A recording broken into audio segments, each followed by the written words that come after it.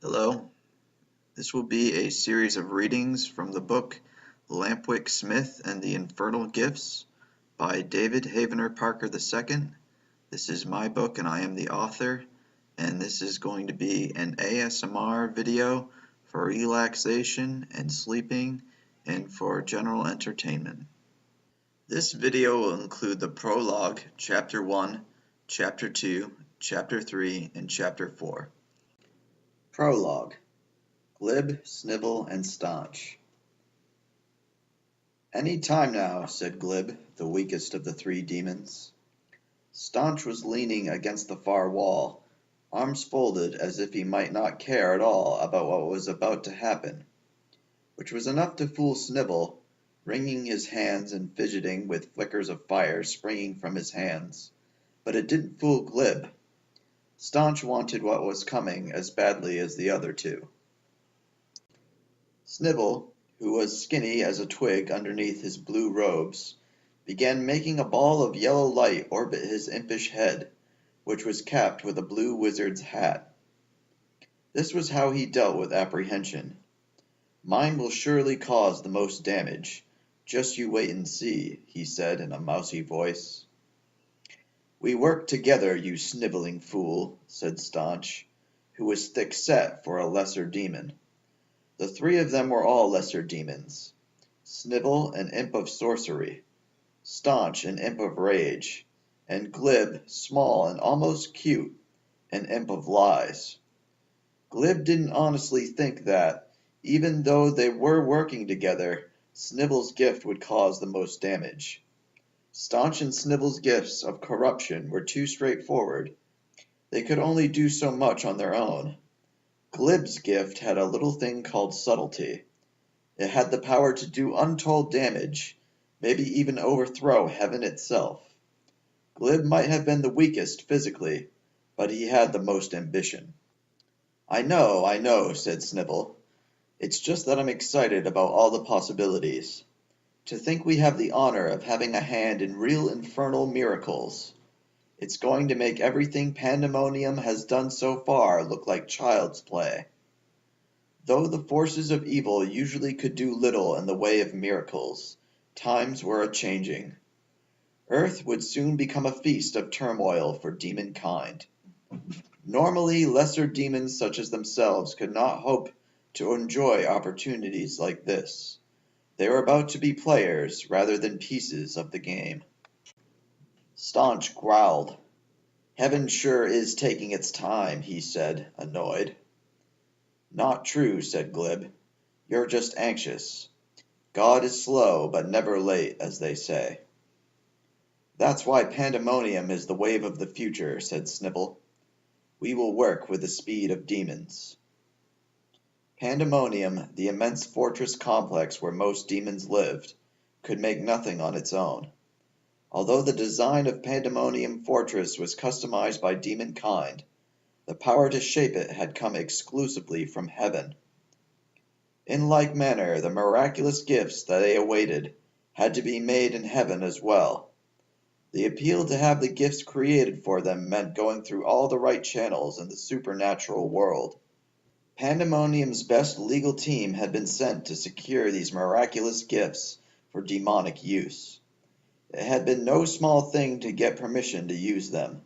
There were miles of red tape involved, but in the end, heaven was characteristically generous. Glib, Snibble, and Staunch were demons that were due a certain amount of favor. More than most, actually. They had been working a lot of hard graft in the mortal world and in Pandemonium itself, always delaying their reward until later. But now later had arrived. This was a special occasion. Delaying gratification was not a common practice with demons, especially lesser ones. The items that were due to them arrived through a chute, an innovation that, like everything else, was allowed to them by heaven. Eventually, if the forces of heaven won the ultimate victory, demonkind would lose their home in Pandemonium and be forced to live in hell, where they would have no conveniences. In the meantime, they used their resources as best they could. The chute deposited 3 items that looked like marbles. One was blue for Snibble, another was red for Staunch, and one was yellow for the cleverest one of all. That one was Glib's. Each emitted a faint glow, a hint at the power within. Staunch took his in hand while his cruel, toothy grin spread across his face. "Oh, it is wondrous to have a giant's strength," he said gleefully. Brute strength was Staunch's department. The joy of dominating others with violence, that was the name of his game. Abusive husbands, sadistic soldiers and warlords, brutal police, thugs and bullies, that was the sort of thing he was into. Snivell took his gift in hand and laughed in an irritatingly high pitch. "I think you'll find that power is also strength," he said. Snivell was more about the lust for power rather than direct strength. He usually worked with government employees, clerks, bosses, and people in low-ranking positions of authority, persuading them to be as petty as possible. Glib took his gift and examined it like an expert in precious jewels. "I still can't believe you chose such a feeble gift," said Staunch. "Indeed," said Glib. "Care to make a gentleman's bet? I bet my gift causes the most damage." Snibble laughed another irritating laugh. "Impossible," he said. "I thought you were doing some weird experiment," said Staunch. "I never took your idea seriously." "But is it a bet?" said Glib. Staunch spat on the ground, and his saliva sizzled. "I'm not making a gentleman's bet. Let's have some real stakes." "Ah, a wager," said Snivell, and the ball of light spun excitedly around his head. "How about the losers must address the winner as 'Your Lordship' for all eternity?" Look at Snivell, talking as if he's going to win. You forget that might makes right. Might is just one facet of power. Besides, the idea is to corrupt people, not simply cause pain," said Snivell. "Corruption is only useful for spreading pain," said Staunch, punching his own palm for emphasis. "Glib, what do you think?" said Snivell. "I think it's a worthy bet," said Glib. "Shall we bind it?" Glib extended a claw.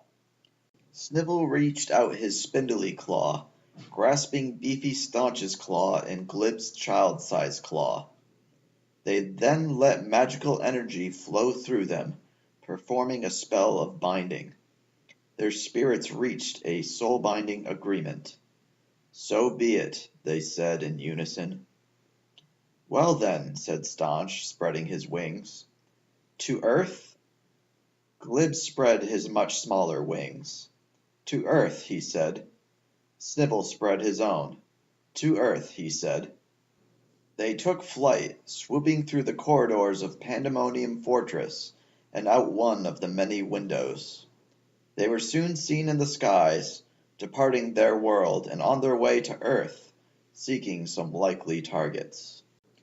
Chapter 1. Likely Targets. Nobody ever waited for Wick when he was buying a drink after school. They always left without him. He tried to fit in with them, he tried to make friends, but in Corey Middle School everyone was always thinking of status. It was a mass delusion, in Wick's opinion, where everyone wanted to be thought of as cool by everyone who simply acted arrogantly enough. Nobody wanted to slow down to talk to Wick. He wasn't exciting enough, not bombastic enough. Wick was a sensitive, thoughtful boy. He liked to play Minecraft. He liked history class and Harry Potter. He liked pepperoni pizza and watching Futurama, and his mom made him take karate lessons. He had a cute cat named Wheezy. He didn't know how to swim or ride a bike. Those were some of the most important things about his life from Wick's view. Wick had just bought an Arizona at the drugstore. 3 of his acquaintances, not really his friends, were walking home from school way ahead of him. He knew they wouldn't like him butting in, but he didn't want to give up making friends. He, too, bought somewhat into the idea of status. He wanted to be respected, to have prospects for a girlfriend someday, and Wick felt he needed respectable friends in order to do that. Wick ran to catch up with his non-friends. They were too busy talking to notice him. Clytus was short and was the subordinate of Tony, who was huge for his age. He was at least as big as Wick's father. Tony said what he pleased to Clytus because he knew Clytus was helpless to harm Tony, no matter how far he went. Clytus, however, could not say what he wanted to Tony. Tony, though the strongest, was not the leader. That was Atticus. Atticus was the perfect blend of good looks, confidence, wit, strength, a rude sense of humor, and money. Few had the same status of Atticus. Tony had a brutish-looking face, was frighteningly big, and came from a poor family. His sense of humor was more lurid than the others. They were talking about getting donuts from Dunkin' Donuts. "The only kind of donut I really like is Boston creams," said Clytus. "Boston cream," said Tony. "You know how they fill those things?" Atticus laughed, while Clytus protested. Wick didn't understand what was so funny, but apparently Tony was saying something nasty was a secret ingredient in a Boston cream donut. Tony continued, "So anyway, the other day, as I was filling a Boston cream donut—" "Gross," said Clytus, while Atticus laughed again. Wick ventured to join their conversation. "Hey, have you guys tried the pretzel kind?" "What the?" said Clytus. "Where did you come from?" said Atticus, like he was a pest. Wick tried to maintain good cheer. "You should try the pretzel kind. It's good." "Nobody cares what kind you like," said Tony. "Why are you following us?" said Clytus, as if Wick were a dangerous stalker. Wick wanted to say, "Because I need friends," but that sounded pathetic. So he simply said, "'Cause." "Well, go stalk someone else, weirdo," said Clytus. Atticus chuckled briefly. The three gained a certain pleasure in excluding Wick, especially Clytus and Tony. Atticus was confident in his status, so he gained little pleasure in excluding Wick. He just honestly didn't care for him. The trio of friends increased their pace to leave Wick behind, meaning Clytus had to walk a lot faster since he was the shortest. It felt weird to try to catch up when he was unwanted, so Wick let himself fall behind. They were, however, going in the same direction. At one point, one of the three said something, and they all looked to see if Wick was still behind them. Then they all laughed and kept going. Wick was new to this part of town, and so far the children of this district behaved like rats. Rats, as Wick had once read, bite each other on the back to show dominance. Rats that were foreign to an existing colony were never integrated, but were bitten to death. That's what Wick was, a foreign rat to an existing colony of rats. If they didn't drive him away, they'd bite him to death. But where else was there to go? They were walking down a quiet street, Wick now quite a ways behind. The houses on this street were spaced out far from each other, and most people were at work anyhow.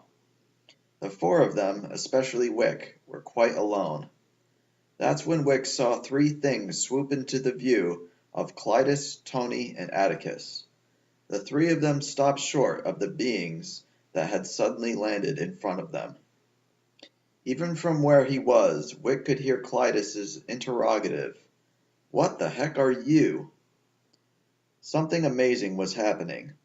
Wick moved swiftly and quietly, but also kept himself hidden from view by staying behind trees that lined the side of the road. Then from there he made his way behind a parked car. He peeked through darkened windows at the otherworldly encounter. "Where's your spaceship?" said Clytus.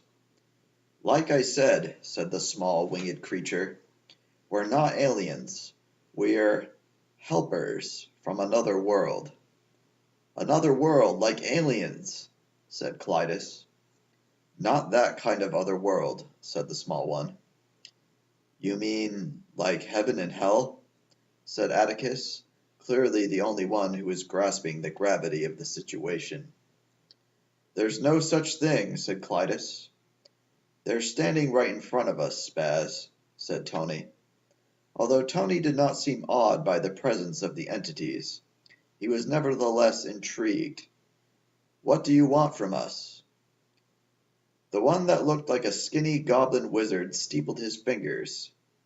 We want to help you with some presents. I'm not doing anything queer, I'll tell you that, said Tony. The demons looked at each other. Kids these days, said the big one, don't need much help from us. I want help, said Clytus, missing the point. What have you got? We have gifts that will help you. These stones are for special children. You are special, aren't you? Said the small one. I suppose we are, said Atticus, grinning. Then he looked at Clytus. Well, I am, anyway. You'll be like superheroes, said the one in blue. You want to be like real superheroes? Like X-Men, said Clytus.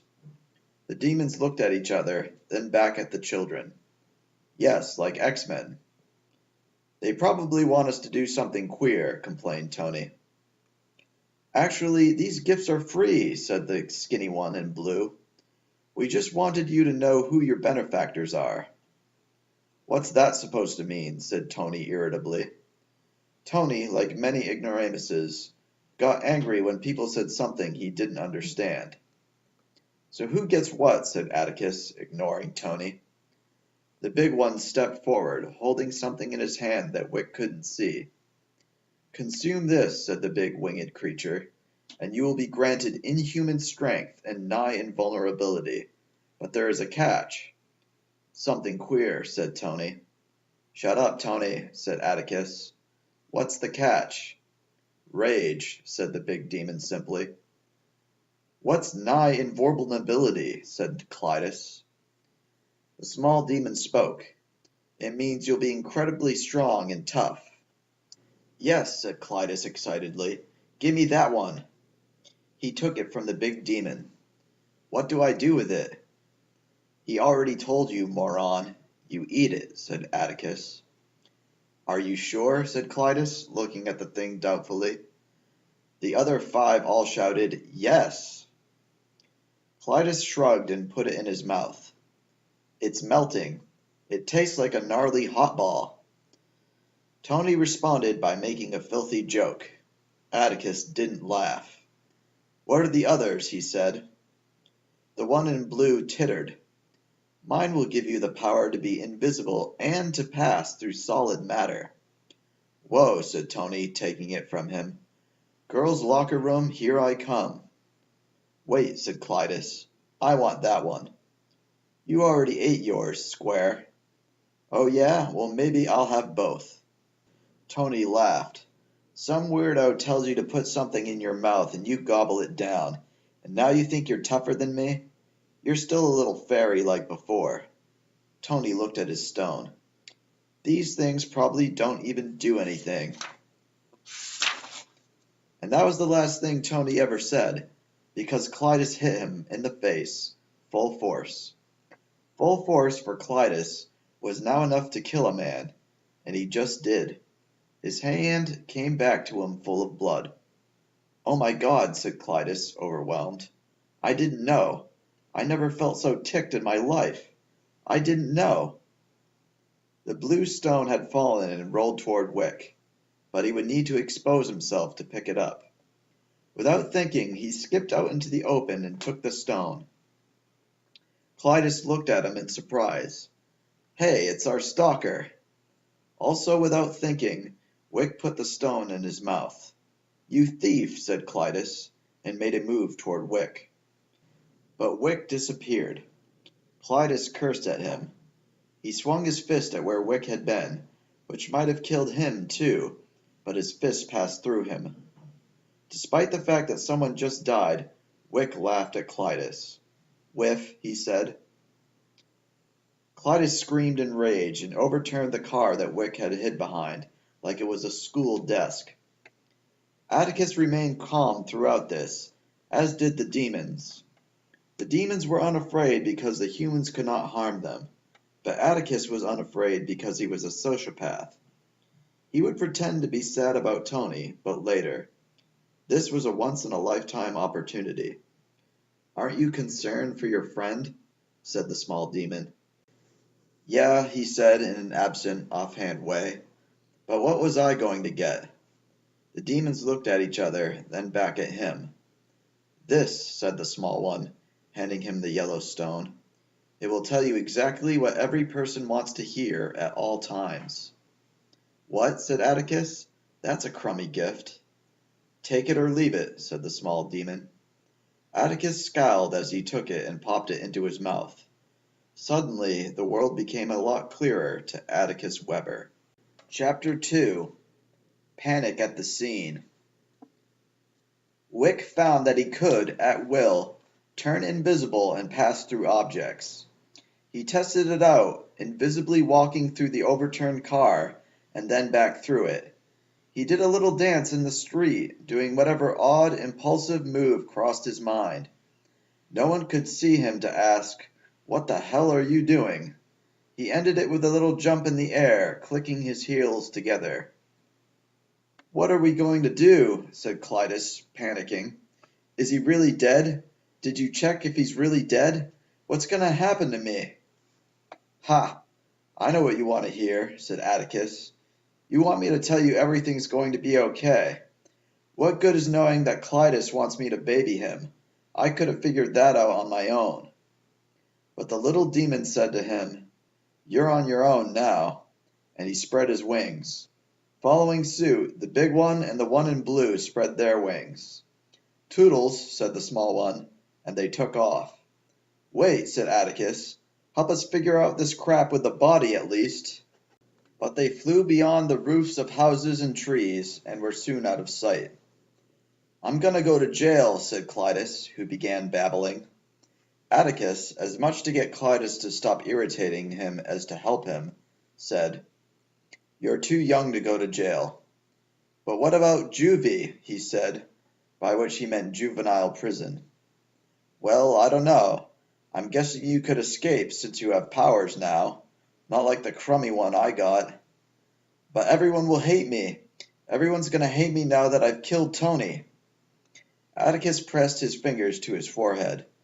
Without Tony to pick on him, Clytus was incredibly boring and irritating.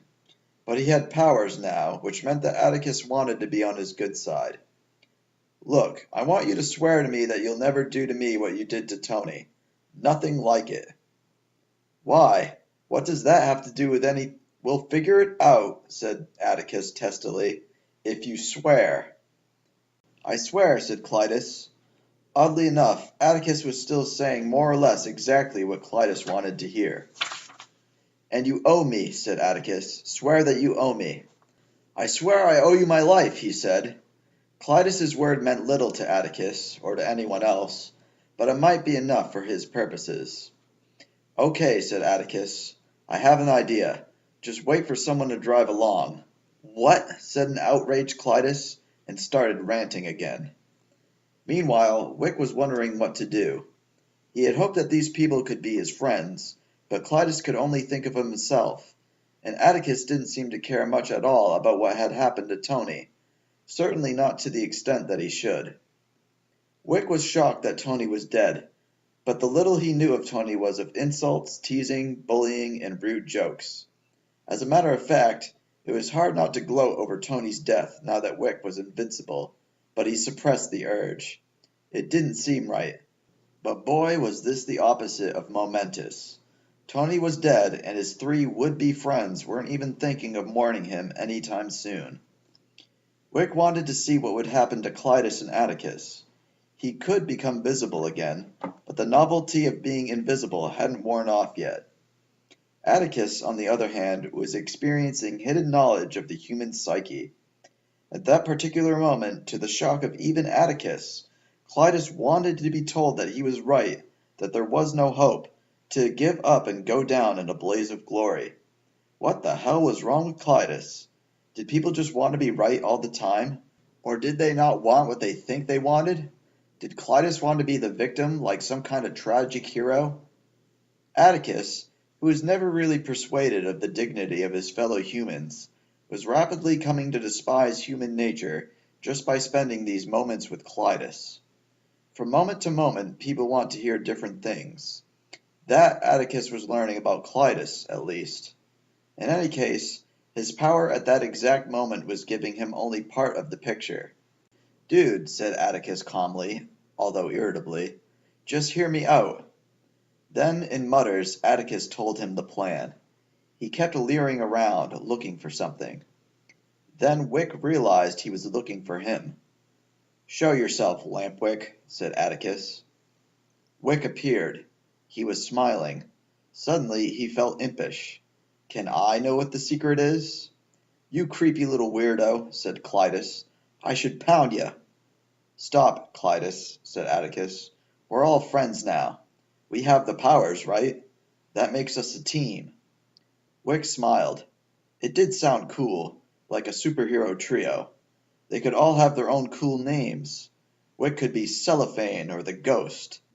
Clytus could pick his own name, maybe like Mini Hulk or Boy Hercules.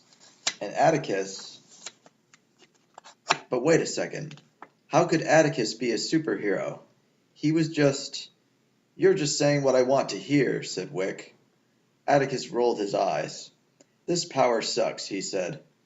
Wick laughed for a moment. Then his laugh quickly faded as he wondered, was that what he wanted to hear too? He would never be able to tell. "Just cooperate with us and everything will go well at school," Atticus tried again. "Really, we can be friends from now on." "What do I have to do?" "Nothing. You weren't here." "But I am here," said Wick, not getting the point. "What, are you stupid?" said Clytus. "Your story is you were never with us." Atticus rubbed his eyes. Clytus got picked on because he was short, even for his age. But the reason no one felt any sympathy for him is because he was a rude loudmouth. Atticus, although a sociopath, understood the value of being pleasant and polite to the people you wanted something from. And right now they wanted something from Lampwick Smith. "All we're saying," said Atticus smoothly, "is that we'll remember if you're nice to us. That's all." "I guess," said Wick. Then Atticus's eyes lit up as he suddenly understood something. "In fact, if you leave now, I'll get Tegan Curry to invite you to her birthday party." Wick was astonished that Atticus could know he wanted that very much indeed. Wick had kept to himself a great deal at school, and especially kept his crush on Tegan to himself.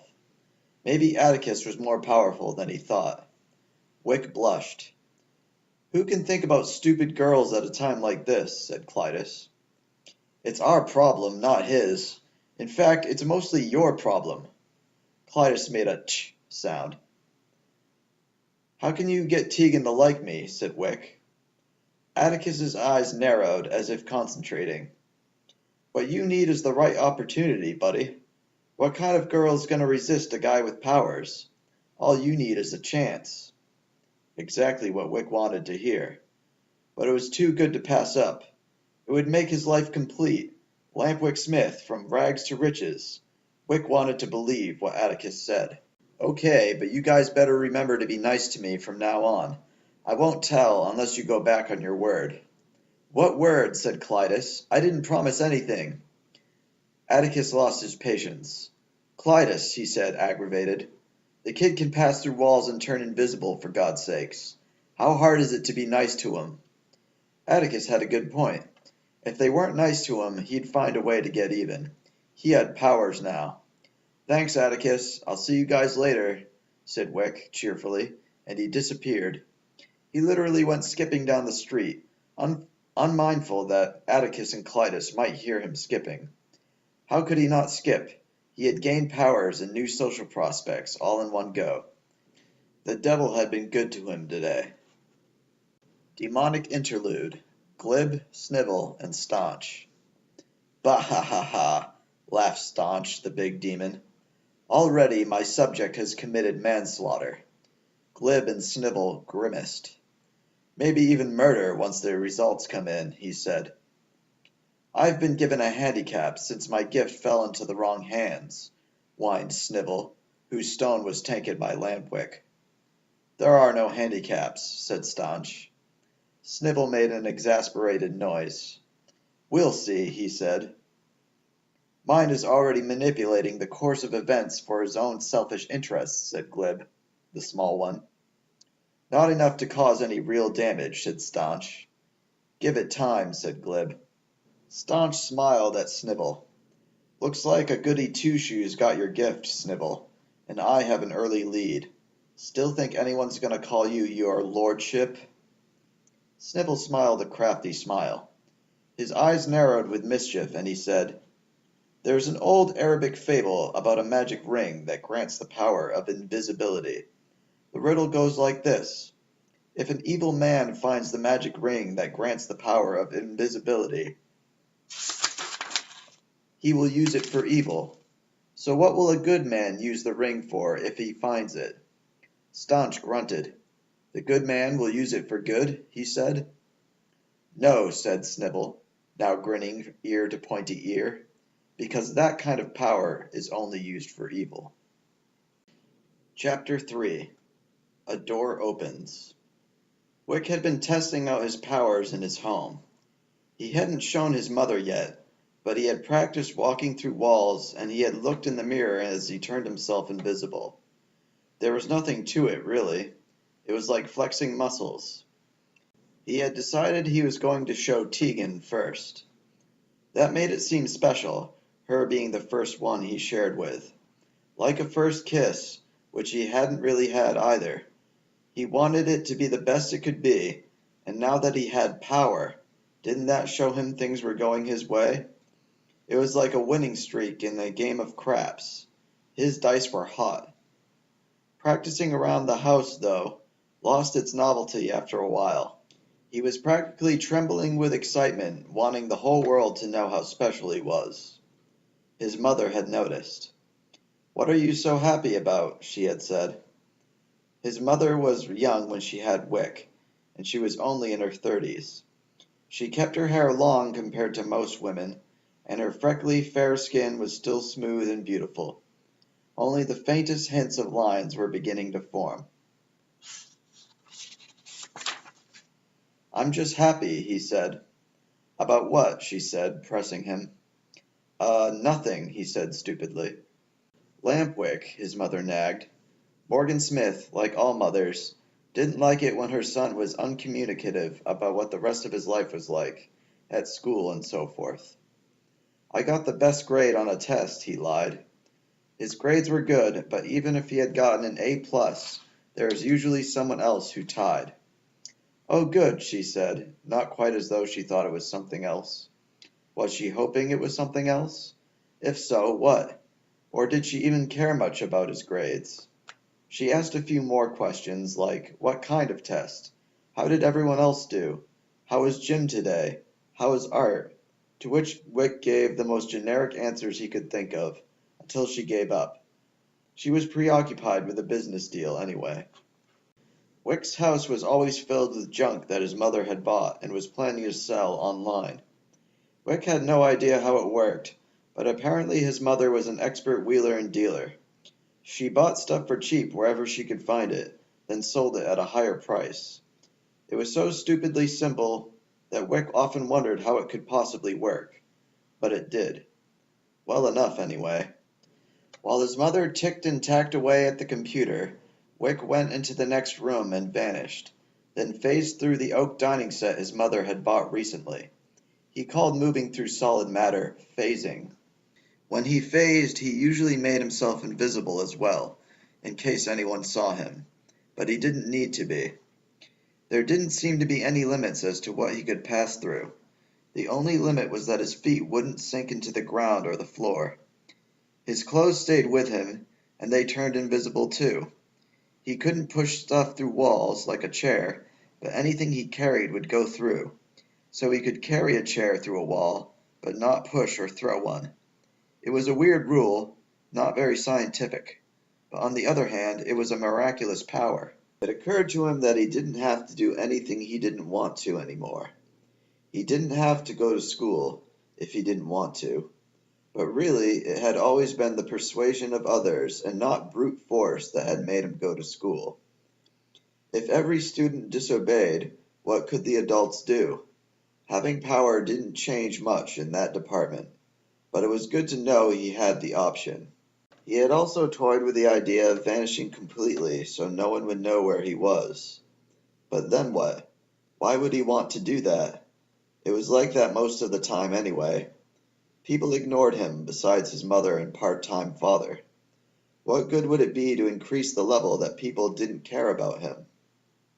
All the ideas Wick kept getting for using his powers were actually for misusing them instead. But he didn't want to go down that road. What would Harry Potter do? Investigate a mystery, that's what. Find out what the bad guys were up to, try and prevent wrongdoing. Fight evil wizards. But where were the bad guys? It sounded mentally and physically exhausting, finding out where criminals lurked and stopping them. And what would he do once he found them? Kill them? Or would he simply be a legendary tattletale to the police? What kind of superhero relies on the police? But then a comforting thought came to Wick, as he hunkered down to play Minecraft before bed. Being invisible was fine, but phasing was the real gem. Now no one could stop him from saying what he wanted. Anyone who tried to pick on him would just pass through air. Chapter 4. False Witnesses. Wick found that if he used phasing, he wouldn't get wet in the rain, and no one even noticed. He took the bus because it was raining. He used phasing when he walked down the aisle, and passed right through Micah Allen's foot when he tried to trip him. "What the?" said Micah, who leered at him sideways, but he decided he had simply missed Lampwick's foot. Wick grinned to himself. "What are you smiling about?" said a brutish-looking boy named Damien. That was the kind of place that Wick lived in. You couldn't just have a smile on your face and go about your business. Someone had to challenge you, probably to make sure you weren't laughing at something that wasn't filthy. That would be wrong somehow. Wick had tried a filthy joke in front of his mom, to see how she would react. She had been disgusted with him, and then was sore with him the entire evening. But most of his fellow students seemed to think that filth was a rite of passage. Wick responded by simply saying, "Nothing." "Probably because you're about to meet your boyfriend," said Damien. In Corey Middle School, everyone at least acted like they accepted homosexuals, but beneath the notice of the adults, they used gay innuendo as insults, regardless of how they were conditioned to do otherwise. And that's what we call progress, thought Wick bitterly. Wick made a face and gave him the finger. Why not? He was invincible. Damien's already unpleasant face darkened. "You're going to get yourself beat up," he said. Wick grinned like it was Tegan Curry's birthday and she had chosen to plant a big smackaroo on his mouth to celebrate. Then he turned away from Damien dismissively, noticing a huge burden lifted from his shoulders. He could tell people off now because they couldn't threaten him. Then an awful thought wrenched in his gut. Had he dreamed the whole thing? How could he possibly have miraculous powers? Didn't that sound like a dream? Anxiously, at an angle no one could see, he poked his finger through the side of the bus. It phased through just as he had willed it. Awesome.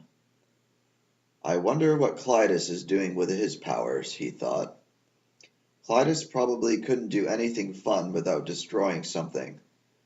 Atticus's power, although it was lame, might actually be more useful. After all, he had been able to convince Wick to keep quiet about, and then his heart leapt. He had completely forgotten about Tony. How could someone die in front of him yesterday and he not remember? I guess powers will do that to you. He calmed down when he remembered he wasn't supposed to know about Tony. Wick ruminated about him for a while. What was the story going to be about his death? What did Atticus do to cover it up? He supposed people would believe anything rather than that pint-sized Clytus had killed him with a single punch. Wick thought about death. What happened to Tony now? Was there no spirit that lived on after death? There had to be another world, or there wouldn't have been the visit by demons. But in that case, Tony was almost certainly going to hell. He had been a non-stop river of cruelty, lewdness, and unpleasantness in life. Should he not be punished? If anyone was going to hell, surely Tony was an excellent candidate, unless there was some kind of exemption for 12-year-olds. But nobody said these kind of things about a boy who just died. Everyone would try to think of all the best parts about Tony. He was a promising athlete and had a great sense of humor. He loved and was loved by his friends. Throw something in there about how sad it was that the potential of his life was now gone. All the futures that could have been were now vanished. A few half-truths, mixed with some tasteful omissions, a bald-faced lie or two, seasoned with some vague language about life after death, and you'd have Tony's obituary. Wick had read obituaries before of low lives, where the writers struggled to find hopeful and meaningful things to say. Nevertheless, if Tony was really going to hell, Lampwick pitied him. Even if the pain wasn't severe in hell, eternal punishment was eternal punishment. He shuddered. Suddenly he heard a ptoo from Damien's direction. There was spittle on Wick's hoodie. Damien had spat on him. Suddenly an eternity in hell seemed lenient for some people. Apparently Wick wasn't so invulnerable that he could let his guard down at all times. He glared at Damien. Damien was making the same face Wick had made, with double middle fingers held up. "Something bad is going to happen to you," Wick said, "and it'll be exactly what you deserve." "Whatever, Queermo." Rage simmered within him the remainder of the bus ride to school. He was going to get even with Damien, he decided that. He wished he would receive instant comeuppance, but Wick didn't want to give himself away too soon. Wick reflected that he wouldn't be able to do anything without power. Power. Without it, justice was painfully slow, if it ever got there at all. Wick was learning something important. With power, it didn't matter if you were right or wrong. You got what you wanted. Without power, it didn't matter if you were right or innocent. You were completely at another's mercy. So being right or being wrong seemed optional, but power was sublime. It didn't seem healthy, but Wick was getting a taste for it. When they arrived at school, Wick lingered in his seat, wanting to be last. He fiddled with his backpack, pretending he was putting something away. Then, when everyone went ahead of him, he vanished. The bus driver's eyes scanned his mirror, seeming to expect one last student. He slowly got out of his seat and began to search for any dawdlers, but Wick passed through him and escaped. The plan was simple. While he was invisible, punch Damien in the nose. Wick moved quickly to hunt Damien, passing through people who got in his way. It wasn't a very large school, and he knew Damien would have an 8th grade locker. At length he found him unlocking his locker. Wick stopped by a water fountain nearby. He filled his mouth with heavily fluoridated public drinking water. No one noticed the drinking fountain pouring water all on its own. He skipped up next to Damien and sprayed the water in his ear. Damien wheeled his head from left to right, looking for whoever pulled the prank. A skinny 8th grader was nearby, minding his own business at his own locker. Damien decided this bystander was the prankster, and slammed the stunned kid's head into the locker door. Might as well go full Monty, Wick thought. Wick maneuvered in front of Damien and hit him in the groin, avenging the innocent kid Damien had attacked. He made the "oomph" sound that you make when you get hit in the groin. He was doubled over, his face at perfect punching level. Wick didn't hit him hard enough to break his nose, but some blood came out. Damien didn't make a sound this time, but slumped against his locker. Then he began cursing while in pain. avenged sevenfold. Satisfied, Wick rushed back down the hall to the seventh grade lockers. He heard a teacher say, "What's going on here?" But he didn't stick around to find out what would transpire. As he made a mad rush to get to his own locker, Wick felt exultation. It was cathartic hitting that stupid bully, where he was the helpless one and not Wick. He really should consider carrying around something to hit people with, in case they were Tony-sized. Tony. He had forgotten about Tony again. Wick reappeared as he turned a corner. A sixth-grade teacher did a double take, but shrugged after the moment had passed. The man was a science teacher who simply didn't believe impossible things could happen. He had merely failed to notice the boy turning the corner, but he did seem to appear from nowhere. Wick's bus was one of the early ones, so he still had time to use his locker and get to class. He sat in Mrs. Brisby's homeroom class, where the students were more hushed than Wick had ever seen. They had heard about Tony.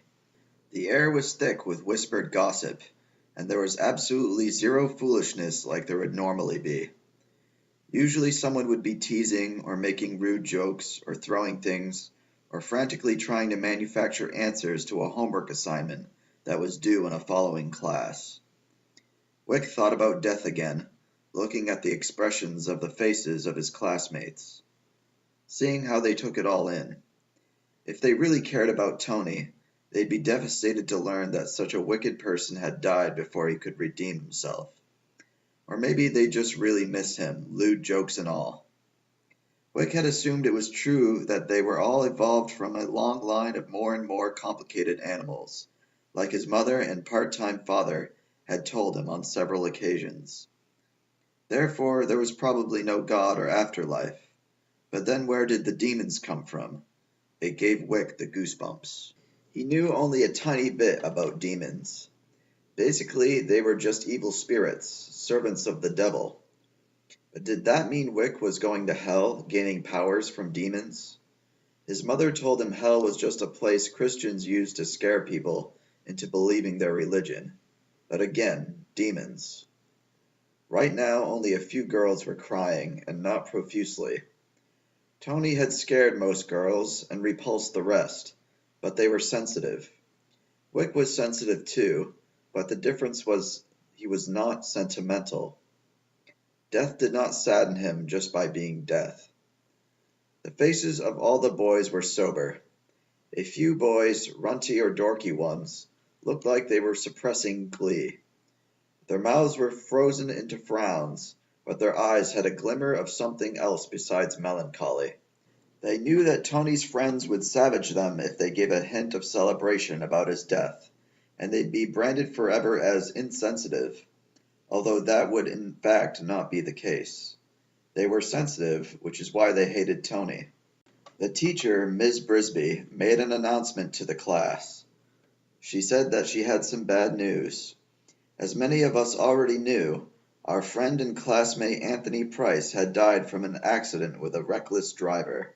They found the guy who flipped his car, and he was in deep trouble for leaving the scene of the accident. If anyone needed to go to guidance, they were free to leave at any time to grieve. It took Wick some time to register what she had said. Nobody left at that exact moment. They would leave during a more boring class. It would be wasteful to use grieving time during homeroom. To everyone's surprise, one boy, Andy Duval, a fairly regular troublemaker, really started weeping uncontrollably. He buried his head in his arms, genuinely upset that Tony was gone. Wick understood. Andy had never been the butt end of Tony's antics, but was rather one of the few people Tony would try to make laugh. When Tony teased Andy, it was good-natured razzing. They actually spent time together outside of school, playing basketball and shoot-'em-up games. To him, Tony was a source of laughter and friendship and fun. Wick winced. It was in his power to gloat about Tony's death and not be harmed in any way, physically, but the social repercussions would have been monumental. It was true, after all, that Tony loved and was loved. But what kind of love was it? It didn't seem possible that anyone desperately loved Tony, except perhaps his parents. And even then, was that family capable of great love? From what Wick could tell of Tony's upbringing, his home life was as rude and uncaring as he was. Ms. Brisby, who insisted on Ms. rather than Miss or Mrs., asked Andy if he would like to go to guidance. As final proof of his genuine grief, he went to guidance during the homeroom block, a block mostly used as free time. Then guilt like a hard punch to the mouth assailed him. Someone was getting nailed for killing Tony. Wick knew that obviously no one had hit him with that car, and Clytus and Atticus had just lied. Wick hoped that the man would be found innocent. He had to be, right?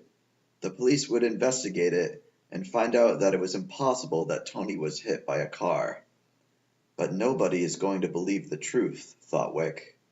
Unless he come forward right away and demonstrate to everyone he had powers, and that therefore he was telling the truth that other people, Clytus and Atticus, had been given powers, and therefore it was possible for Clytus to kill Tony with a single punch and then flip over a car with his bare hands like it was a school desk with his superhuman strength. Yikes. If he didn't come forward, someone's life would be ruined. He silently struggled to calm himself down. He didn't want anyone to know he had powers yet. He wanted to show Tegan first. If everyone knew, it would almost defeat the purpose of having powers. A superhero never revealed his secret identity. Everyone would be wary of him at all times, thinking that Lampwick Smith was behind every corner. He would be on the news, and everyone who saw him would know that he could walk through walls. He didn't really want the whole world to know he was special. It was all in the presentation. Some people could know, but if everyone knew, it could ruin his life. A life which didn't really exist yet. Wick rationalized the situation. Nobody was sentenced to anything right away in a legal case. It took a while for courts to process these things. Therefore he had time to come forward. And if the man got put in jail, Wick would come forward anyway to save him. But he would do it on his terms. He would at least wait until he had shown Tegan Curry. That concludes the last chapter in this series of readings of Lampwick Smith and the Infernal Gifts by David Havener Parker II. The full book is available on Amazon. The link is in the video description. Please show support by leaving me a great review. Thanks.